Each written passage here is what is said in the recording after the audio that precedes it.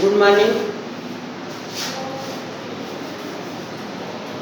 इस समय कोर्स आपका फर्स्ट पेपर पूरी तरीके से पूरा हो गया है और हम 2 दिन से बता रहे हैं, पिछले 2 दिनों से।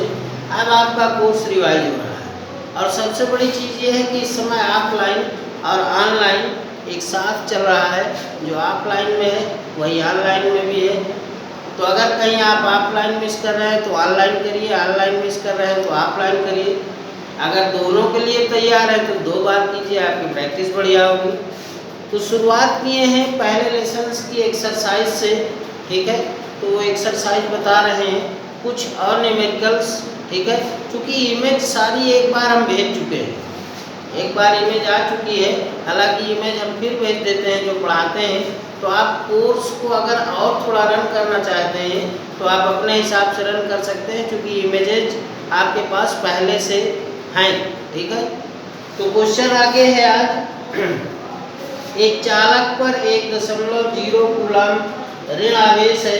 इस चालक पर कितने इलेक्ट्रॉनों की अधिकतम या कमी है। एक चालक पर 1 कूलम का ऋण आवेश है, ठीक है। पहले हमने बताया था कि किसी चालक पर आवेश कब आता है, कब धन आवेश आता है। पहले तो ये है कि कब आवेश आता है। अब उस पर आवेश धन आवेश आया है कि ऋण आवेश आया हुआ है, ठीक है। इस पर की भी चर्चा करनी है हमको, कब धन आवेश आएगा और कब ऋण आवेश, और ये कर चुके हैं, हम बता चुके हैं। तो जब किसी चालक से इलेक्ट्रॉन निकाले जाते हैं या चालक में अतिरिक्त कहीं बाहर से इलेक्ट्रॉन आते हैं, ठीक है, तो चालक आवेशित हो जाता है। और कब धनावेशित होगा और कब ऋणावेशित होगा, जब चालक से इलेक्ट्रॉन निकाले जाते हैं, चालक से इलेक्ट्रॉन निकाले जाते हैं तो चालक पर धनावेश आता है, और जब चालक पर कहीं बाहर से अतिरिक्त इलेक्ट्रॉन आ जाते हैं तो फिर ऋणावेश आता है। तो यहाँ से पहचान की जाती है कि चालक पर धनावेश है कि ऋणावेश है। और धनावेश है तो इलेक्ट्रॉनों की कमी होगी, क्योंकि चालक से इलेक्ट्रॉन निकाले गए हैं। और ऋण आवेश होगा तो चालक पर इलेक्ट्रॉनों की अधिकता होगी, क्योंकि बाहर से इलेक्ट्रॉन आए हुए हैं, ठीक है। गणना कैसे की जाती है, गणना के लिए हमने सूत्र बताया था Q बराबर Ne। तो n इलेक्ट्रॉनों की संख्या है तो n बराबर होगा Q बटे E, और ये है 1.0 1.6 10⁻⁻19 कूलम, ठीक है। इसको हल कर दीजिए, आपका उत्तर निकल आएगा, ठीक है। चालक पर इलेक्ट्रॉनों की अधिकता होगी कि कमी होगी, ये इससे पता चलेगा कि चालक पर धनावेश है या चालक पर ऋणावेश है। यदि चालक पर धनावेश है तो इलेक्ट्रॉनों की कमी होगी, क्योंकि धनावेश तब आया है जब इलेक्ट्रॉन निकाले गए हैं। और यदि ऋणावेश है तो चालक पर इलेक्ट्रॉनों की अधिकता होगी, क्योंकि बाहर से इलेक्ट्रॉन दिए गए हैं, बाहर से आए हैं, तभी ऋण आवेश आया है।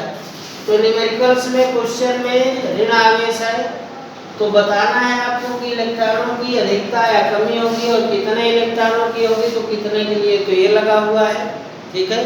और अधिकता या कमी के लिए प्लस या माइनस देख करके बताएंगे तो ऋण आवेश है तो इलेक्ट्रॉनों की अधिकता।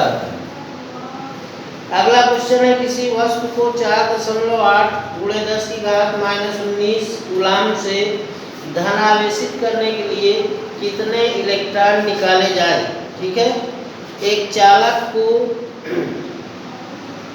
किसी वस्तु को 4.8 × 10⁻⁻19 कूलम से धनावेशित करने के लिए, तो Q बराबर दिया हुआ है अकॉर्डिंग टू क्वेश्चन है, अकॉर्डिंग टू क्वेश्चन Q दिया हुआ है 4.8 × 10⁻⁻19 कूलम। और E ये पर्टिकुलर मूल चार्ज है, मूल आवेश है 1.6 10⁻⁻19 कूलम। और इलेक्ट्रॉनों की संख्या n की गणना करनी है। अगेन Q = Ne, तो n बराबर Q बटे E, ठीक है। तो ये Q 4.8 × 10⁻⁻19 1.6 10⁻⁻19, तो ये तो बहुत आसान सा है और ये 3 टाइम्स, इसलिए कितने इलेक्ट्रॉन निकाले जाने चाहिए? 3 इलेक्ट्रॉन निकाल दीजिए तो इतना धनावेश आ जाएगा। अगला क्वेश्चन है, एक चालक 2.4 × 10⁻18 कूलाम धनावेश है। इस चालक पर कितने इलेक्ट्रॉनों की अधिकता या कमी है? तो उसी तरीके का ये भी क्वेश्चन है। अकॉर्डिंग टू क्वेश्चन है, केवल गिनती बदल दी गई है। अकॉर्डिंग टू क्वेश्चन Q दिया हुआ है 2.4 10⁻18 कूलाम, ये Q दिया हुआ है और धनावेश है। इस चालक पर कितने इलेक्ट्रॉनों की अधिकता या कमी है? तो मैंने पहले ही बताया, कमी अधिकता के लिए आप धन और ऋण देखेंगे। धन आवेश है कि ऋण आवेश है?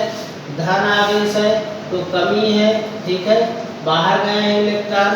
ऋण आवेश है तो फिर क्या होगा? अधिकता, ठीक। तो Q दिया हुआ है और इसी सूत्र पर फिर लगा दीजिए, = 1.6 × 10⁻19 coulomb. N question mark Q = NE, तो N = Q/E और फिर हल कर दीजिए 2.4 × 10⁻18 1.6 × 10⁻19 कैलकुलेट कर दीजिए, संख्या आपको पता चल जाएगी। अगला क्वेश्चन है 7 and 14। 7 and 14 ये नाइट्रोजन परमाणु है, परमाणु क्रमांक है 7, द्रव्यमान संख्या है इसकी 14। 7 and 14 में आवेश की मात्रा कूलाम में बतानी है। आप आवेश की मात्रा कूलाम में बतानी है। तो यहाँ पर ये परमाणु संख्या है जो L = 7 है और एक इलेक्ट्रॉन पर आवेश या एक प्रोटॉन पर आवेश 1.6 × 10⁻19 कूलाम है।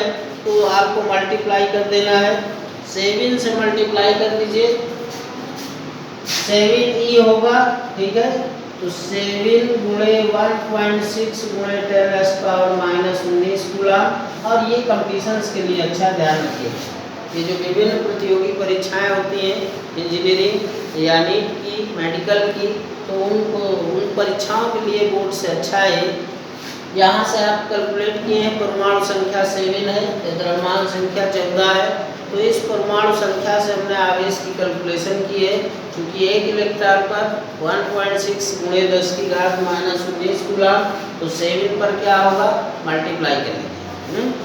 तो ये क्वेश्चन था एक छोटा किंतु भारी, ठीक है, मतलब ये कि बढ़िया क्वेश्चन कंपटीशन दृष्टि से। यदि किसी आवेशित चालक पर 1500 इलेक्ट्रॉनों की अधिकता है तो उस चालक पर आवेश की मात्रा और प्रकृति, अधिकता है यहाँ से तो प्रकृति आप बता लेंगे। अकॉर्डिंग टू क्वेश्चन है, अकॉर्डिंग टू क्वेश्चन N है 1515, ठीक है। आवेश की मात्रा निकालनी है तो Q = NE 1500 और E की वैल्यू रख दीजिए 1.6 × 10⁻। अब इलेक्ट्रॉनों की अधिकता है, इसका मतलब चालक पर ऋण आवेश है, क्योंकि कहीं से आए हुए हैं इलेक्ट्रॉन, तभी इलेक्ट्रॉनों की संख्या बढ़ी हुई है।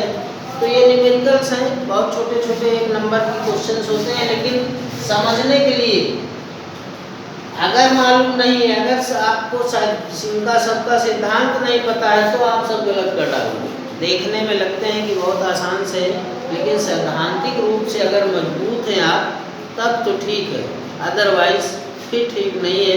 पता ही न कर पाए कि कब धनावेश आएगा, कब ऋणावेश आएगा। तो ऐसे क्वेश्चनों की, छोटे छोटे क्वेश्चनों की और अतिरिक्त आप इनका अतिरिक्त अभ्यास कीजिए। जो भी आपके NCERT बुक्स में और न्यूमेरिकल्स ऐसे लगे हुए हैं, 60 क्वेश्चन लिखे हैं, उनको लिखें। ऑफलाइन में भी ये सारी चीज़ें हम डेली का डेली बता रहे हैं। तो बहुत धन्यवाद।